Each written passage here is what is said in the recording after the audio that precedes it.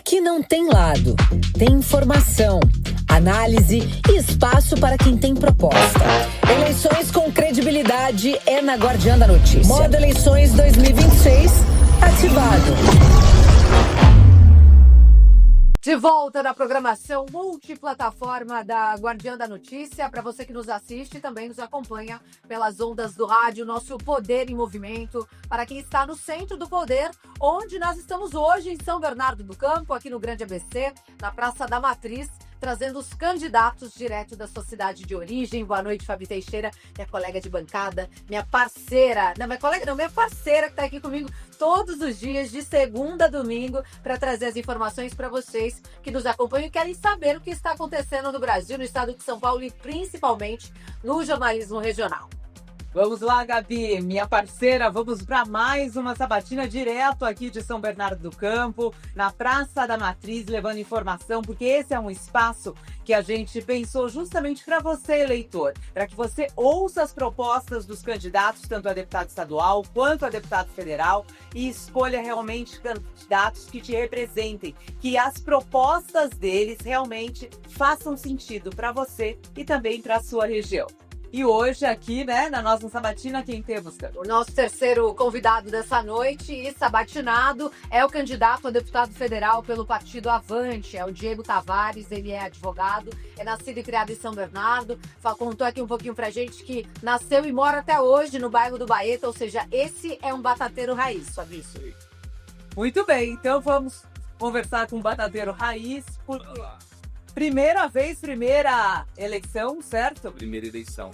Gente, mas primeiro, muito obrigado pelo convite e eu não posso deixar de parabenizar vocês por essa iniciativa. Eu faço parte da imprensa também, Gabi, Fabi, e esse trabalho de levar as informações para que as pessoas possam ter uma escolha mais consciente é fundamental, principalmente no momento que a gente passa pelo nosso país, né? De tanta informação, tanto fluxo de informação e muita coisa ruim misturada com informação de qualidade. Então vocês estão de parabéns tanto pela ideia disruptiva quanto pela iniciativa de sabatinar os candidatos. A ideia e a missão real do jornalismo é essa, né? Levar informação para que as pessoas possam fazer a sua decisão da melhor forma possível e de forma imparcial, porque aqui todos os candidatos têm espaço. Desde o campo progressista até o campo da direita, até o centro, de todos os partidos, de todas as searas. E o mais importante é trazer os candidatos a deputados estaduais e federais que você não vai ver na grande mídia, porque lá eles estão focados com os candidatos à presidência, aos governadores e aos senadores, porque são muitos candidatos por cidade. Só no estado de São Paulo são mais de 1.300 candidatos, ou seja, haja horário na grade para entrevistar os candidatos e conseguir levar para a população. Então, esse é o nosso trabalho, né, Fabi? E o nosso trabalho é também levar essa informação para você. Então, quem ainda não acompanhou todas as sabatinas, depois vai lá, faz um Guardiã Flix e vê todos e tem nossa decisão. A gente começou na semana passada lá no Alto Tietê, na cidade de Guarulhos, fomos até Caraguatatuba, no litoral norte, passamos por Mogi das Cruzes e essa semana estamos aqui na região do Grande ABC. Diego, mais uma vez, muito obrigada. Já começo te perguntando, ser deputado federal, o que você quer fazer lá em Brasília? Por que o eleitor deve votar em você? Olha, vamos lá, Gabi, essa é uma pergunta muito complexa, mas a resposta ela pode ser bem direta. Eu quero fazer diferente. Fazer o que não está sendo feito. E isso em duas camadas. Primeiro, a nossa camada do Grande ABC. Aqui no Grande ABC, embora nós tenhamos representação, embora nós tenhamos alguns deputados eleitos, eu não vejo nenhum parlamentar da nossa região conectado com as pautas da nossa região. Qual que é hoje o principal problema? Se você sair aqui pela avenida, pela Rua Marechal, pela Júlio Batuí e perguntar, o principal problema das pessoas são dois. Uma quantidade de impostos extremamente abusiva que nós pagamos, que inviabiliza tanto o consumo quanto a atividade empresarial, e em segundo lugar o emprego de qualidade, que está sumindo aqui do Grande ABC em razão da fuga das empresas, que estão se instalando em outros lugares, até mesmo em outros países. Nós tivemos, por exemplo, a aprovação da reforma tributária há algum tempo, logo no início da gestão do atual governo federal. E essa reforma tributária, por exemplo, criou alguns regimes especiais de tributação para a instalação de indústrias em outros locais do Brasil. Ora, nós não tivemos nenhum dos deputados aqui da nossa região. Quem são os deputados da região que você... Nós temos aqui de São Bernardo, nós temos o Vicentinho, nós temos o deputado Alex Malente, nós temos o deputado Luiz Marinho, que é ministro do Trabalho, inclusive, poderia ter feito, inclusive defendendo a região que o elegeu, uma defesa ostensiva para que isso não fosse aprovado. Ora, ele é do governo que propôs a reforma, poderia ter feito essa defesa, mas nenhum desses parlamentares fizeram ostensivamente essa defesa da nossa região. Quando se cria um regime especial de tributação para que as indústrias se instalem fora daqui, evidentemente que nós nos tornamos cada vez menos um local atrativo para a indústria. E a desindustrialização é o que destrói os empregos de qualidade. Nós trocamos. Tem crescimento do emprego aqui na região do Grande ABC, mas a gente não está acompanhando a qualidade desse emprego. Nós não temos o emprego que está se instalando aqui com o mesmo grau de remuneração, por exemplo, que o emprego na indústria. Aquele emprego paga muito melhor. A pessoa que trabalha naquele emprego, que já não trabalha, por exemplo, na escala... Mas olha, você fez essa crítica, mas na semana passada o Fernando Haddad esteve aqui na região do Grande ABC, fez uma agenda em Diadema e outra em Mauá, e a principal pauta dele, o principal discurso, era sobre a reindustrialização da região. Mas isso é discurso, né, Gabi? Discurso é discurso. Em época de eleição, o que mais tem é discurso. O que a gente não pode deixar de dizer aqui é que o Fernando Haddad é um dos principais ministros do governo que se encontra e até o momento fizeram absolutamente nada para conter a fuga da indústria. Ora, foi durante essa gestão que nós perdemos grande parte das empresas que deixaram o Grande ABC, por exemplo. Então, o falar é muito bonito. Eu estou vendo muita gente defender a indústria, inclusive todos esses parlamentares que eu citei aqui, que fazem essa defesa no discurso, mas eu não vejo isso desses parlamentares e também do ex-ministro Fernando Haddad, no momento de desempenhar o papel que lhe cabe institucionalmente enquanto ministro e aos deputados enquanto parlamentares. Agora, Diego, como é que você pretende chegar no Congresso, né? Já vai chegar novo lá no Congresso e conseguir emplacar algo desse tamanho, realmente, para fazer essa diferença aqui para a região do ABC? Olha, na política ninguém faz nada sozinho. Nem a decisão de se tornar político é algo que se faz sozinho. Então, evidentemente que eu pretendo fazer isso com muito diálogo. Eu não tenho ainda uma experiência como parlamentar eleito, como político eleito. Eu sou uma pessoa que está tentando entrar na política agora. Mas eu tenho muita experiência de convívio com políticos. Eu já entrevistei muitos políticos lá na Rede Jovem Pan, em outros veículos de imprensa, convivo com muitos deles. Então, e você é de direita ou de esquerda? Eu sou de direita, sou uma pessoa de direita. Tem muitas críticas ao bolsonarismo, mas eu sou uma pessoa de direita. Então você está apoiando o Tarcísio e o Flávio Bolsonaro? Não, eu estou apoiando o Tarcísio e apoio o Augusto Cury, que é o candidato à presidência do meu partido. Isso. E tenho posições também muito claras, viu, Gabi? Não vou ficar nesse, olha, veja bem, você vê que é de bate pronto, perguntou, eu já respondo a respeito daquilo que eu penso, de quem pode fazer mais pelo nosso estado e pelo país. Mas, sendo bem direto a resposta da sua pergunta, Gabi, eu pretendo fazer isso dialogando com todos os setores da política, inclusive, e também com a bancada que será eleita do ABC.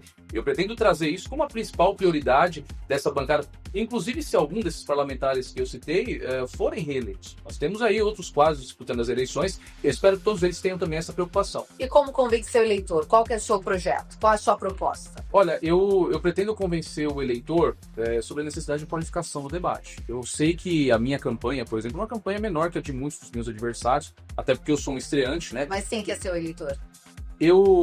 Hoje eu vejo que o meu eleitor é essa parcela da sociedade que não se vê contemplada pelos discursos dos extremos. Eu sei que o bolsonarista não vai votar em mim, e muito menos o eleitor do PT, que é um espectro político com o qual eu não dialogo nada. Mas aí no meio tem uma massa que varia aí entre 55% e 60% das pessoas que estão extremamente desgostosas com esse debate político polarizado, com esse debate político entre direita e esquerda, que, vamos concordar, não nos levou a lugar nenhum, não nos levou a nenhum resultado prático, a nenhum resultado positivo para o Brasil, que não gerou política pública de qualidade, que, muito pelo contrário, afundou o nosso país em um debate vazio, dividiu as famílias, dividiu pessoas, dividiu amigos e não entregou resultado algum. Então, eu vejo que esse eleitor que está cansado, ou às vezes até mesmo um pouco enfurecido com a política, essa pessoa é a pessoa que eu vejo me ouvindo pelas ruas. Já tenho essa experiência, inclusive, testada em campo nesse período de campanha, nessa primeira semana de campanha.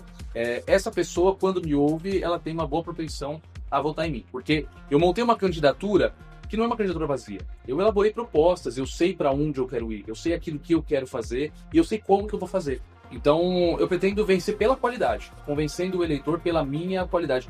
Modéstia à parte, não é uma questão de arrogância, é que eu vejo a nossa região aqui, o nosso estado de São Paulo, não só subrepresentado. Nós temos esse problema tanto a nível estadual, né? A bancada paulista é muito menor, se a gente considerar a importância do estado de São Paulo para o Brasil, e a bancada do ABC também, não só quantitativamente, qualitativamente também está abaixo daquilo que a ABC merece. É assim que eu pretendo convencer as pessoas, com qualidade, bons projetos e soluções reais para problemas reais. Então, de soluções reais, pensando realmente na população aqui do ABC, de São Paulo, que precisa dessa... A gente sabe que a questão da saúde, a questão da segurança pública... Olha, aqui nós temos um problema que é majoritário. O Brasil está passando por esse problema de cunho econômico, que é a questão orçamentária. A gente não tem como falar que a gente vai melhorar a saúde, a gente não tem como falar que a gente vai melhorar a segurança, que a gente vai investir mais em educação, simplesmente não tem dinheiro no caixa para a gente fazer isso. A gente vê prefeituras do interior que estão com muita dificuldade para fechar as contas, sobrevivendo exclusivamente de repasse federal e dinheiro de emenda parlamentar, que é algo que se avoluma cada vez mais e gera um ciclo muito ruim, né, de quase um modo de se governar, né? Vira uma negociação, né? Se governa por intermédio de emenda, essa é a verdade hoje. O prefeito... Em regime semi-parlamentarista. Exato. O prefeito elege um deputado, apoia um deputado que vai para lá ficar buscando dinheiro para esse prefeito continuar reelegendo esse mesmo Então deputado. você é contra? Totalmente contra. Contra as emendas. Contra as emendas parlamentares. Emenda parlamentar no Brasil precisava acabar. Ou, em última análise, serem restringidas àquelas emendas impositivas que são iguais para todos. A gente não aguenta... Aliás, o Brasil, o Caixa do Brasil, não aguenta mais esse sistema que a cada ano faz com que o volume de emendas parlamentares pagas se avolume mais, aumentem mais. Estamos batendo recorde. Mas isso foi de Bolsonaro, né? Sim,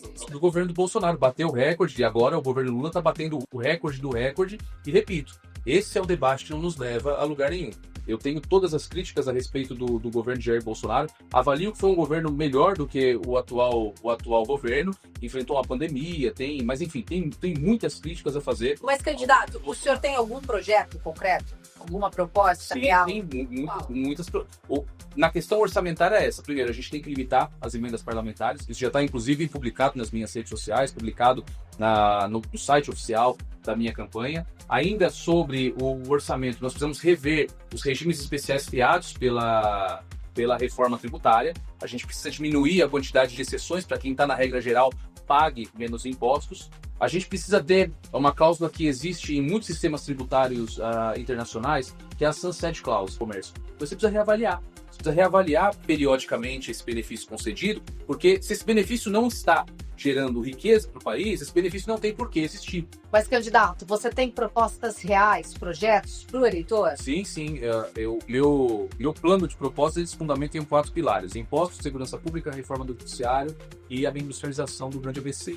Eu acho que nós precisamos rever a reforma tributária, acabar com as isenções que foram concedidas dos regimes especiais, porque quando a gente concede regimes especiais, quem está na regra geral acaba pagando muito mais impostos. Faz com que tanto o consumidor quanto quem empreende tenha menos dinheiro disponível. Entre outras propostas também, nós queremos que seja instalada a Sunset Clause, que é uma regra que existem em muitos sistemas tributários internacionais, no qual você avalia eventuais concessões de benefícios tributários. Então, a gente precisa avaliar se um benefício tributário que é concedido está produzindo riqueza, está gerando renda para o nosso país, gerando lucro para o Brasil. A Zona Franca de Manaus é um exemplo que não funciona, por exemplo, e nunca foi revisto. A Zona Franca de Manaus ela custa mais caro do que ela produz. Valeria muito mais a pena instalar uma Zona Franca aqui no ABC, isso seria inconstitucional, teria que mudar a Constituição para fazer isso, mas você instalar uma Zona Franca numa região como o ABC, que tem uma logística privilegiada entre o porto, entre o aeroporto, e bancar Manaus, bancar o Amazonas por intermédio de repasse do Pacto Federativo. Mas isso aí é mais barato. O Federativo precisa ser revisto, é uma briga Sem dúvida, sem dúvida. Agora, como é que você conecta esse discurso com o eleitor, com a população? Esse sempre foi o meu trabalho, Gabi. Eu vi uma coisa na imprensa que me chamou muita atenção uma vez, eu guardei isso para mim. Quando eu sou um comentarista político, quando eu estou nessa skin de comentarista político, eu sou um tradutor. Eu preciso pegar um tema político que é complexo, algo que é às vezes chato das pessoas tentarem entender, e traduzir de uma forma mais simples. Eu estou tentando trazer isso para minha campanha. Eu estou tentando fazer com que esses temas mais complexos, mais chatos, que não me rendem muito like... Mas como na Marechal você vai explicar para a vendedora daquela loja de sapato ali dentro? Eles meu tempo. Eu não estou só entregando um panfleto na mão das pessoas. Eu estou pegando elas pelo braço e falando, me ouve 5 minutos. E nesses 5 minutos eu tento explicar aquilo que é o meu projeto. E eu não saio só com o eleitor quando eu faço isso. Eu saio com um multiplicador pelo menos espero sair, com um multiplicador de bolas. Uma pessoa que entende a necessidade da gente travar os debates que nós de fato precisamos travar. Não adianta eu ficar falando de coisas que não vão resolver o problema do meu estado, da minha região, por mais que eu saiba que isso torne o meu caminho mais difícil. Meu desafio ainda mais desafiador. Mas não é porque é um desafio grande que ele vai me assustar também, né? Eu acho que a gente precisa tentar. O principal desafio talvez seja fazer com que a população se interesse por política. Sem dúvida, sem dúvida. Eu fico até um pouco triste a respeito desse panorama, porque de fato eu tenho visto pelas ruas as pessoas descrentes a respeito da política. E a frase que eu deixo para elas nesse sentido é: olha, essa sua descrença, essa sua raiva com a política é justamente o que os políticos que estão aí querem. Eles querem que você se afaste da política. Porque aí vai chegar a época da eleição, eles vão usar a máquina, vão usar o aparato do qual eles dispõem, vão usar muito dinheiro, vão comprar uma gama de pessoas que vai garantir para eles o eleitorado para que eles continuem lá, tornando você mais ainda entristecido, mais enraivecido com a política e pior do que tudo isso. Mais pobre, com menos serviços públicos de qualidade, com mais dificuldades para levar uma vida minimamente digna aqui no nosso país. O seu eleitor é eleitor de classe A e B? Não vejo assim. Não vejo assim. O meu eleitor, eu acho que é qualquer eleitor que está descontente com a política. Eu tenho observado isso, porque eu tenho andado também pela periferia aqui de São Bernardo, aqui na região. Quais bairros você tem visitado? Essa semana eu fui no Orquídeas, fui até a Vila São Pedro, eu fui até o Alvarenga, eu já andei no Parque São Bernardo. O que essas pessoas pedem para você? O que eles querem do político? Eu vejo principalmente nesses bairros as pessoas querendo ser ouvidas. Porque existe uma crença, né, uma crença muito errada, que diz que as pessoas na periferia são mais de esquerda, as pessoas mais no centro são de direita. Nada disso. Tá todo mundo, é muita gente mesmo. Eu acho que assim, talvez vocês façam ideia, porque vocês são da imprensa, vocês andam muito por aí. Mas as pessoas estão muito entristecidas com a política. E eles querem uma solução. Quando eu me coloco como uma alternativa à polarização, isso tem conquistado também nas periferias a atenção de muitas pessoas. Muita gente saindo e dispostas a conhecer o meu projeto. Eu estou fazendo diferente, eu não estou nem pedindo voto. Eu estou pedindo para as pessoas: olha, me conheça. Saiba quais são as minhas ideias, como que eu quero te ajudar a melhorar a sua vida. Eu falo das dores delas. Olha, você tem um celular que você está aí na sua mão, aposto que o seu celular está parcelado em 18, em 20 vezes, em 24 vezes. E o cara falou: pô, é verdade. Aposto que possivelmente você perdeu algum celular que você ainda está pagando e teve que pagar outro agora. É esse ciclo que a gente precisa encerrar. A gente precisa buscar soluções para esses problemas. E as pessoas estão de fato vivendo esses problemas. Não estão vivendo o debate entre a direita e a esquerda que nós temos aí. Agora, Diego, a gente estava conversando, você falou assim que você se tornou conhecido muito pelas suas redes, pelo seu trabalho na imprensa, e agora que você realmente está se tornando ainda mais conhecido. Mas a rede social foi um dos principais veículos para você ganhar notoriedade. O candidato à presidência da República, do seu partido também, Augusto Cury, também é muito conhecido nas redes, não tem essa expressividade toda quando a gente vê realmente os números das pesquisas. E no último debate, o que você achou daquele circo que foi armado por Augusto Cury?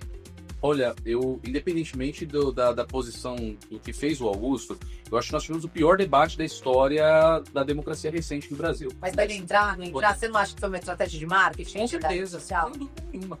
De usar a estratégia do próprio Pablo Marçal. Eu falei exatamente sobre isso nas minhas redes sociais.